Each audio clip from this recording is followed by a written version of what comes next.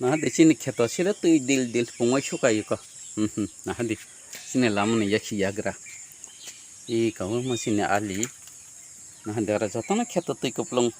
Orang ni yang nak kalau titi lagi sing amano, yang lagu abang dok latih arab. Nah, di ka.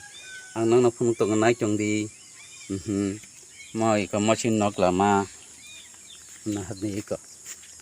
Masuk tu ya siagra kita. Mau ya ke hapung cincin mau.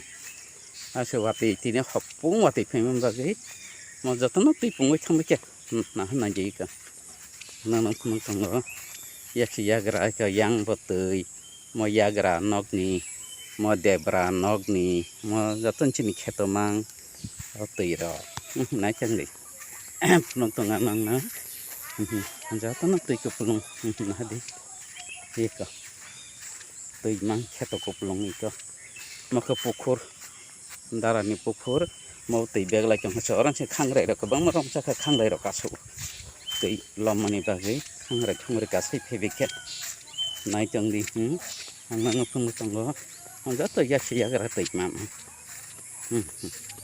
deh और pukur hang tang ban hai naik yang nang pun tunggu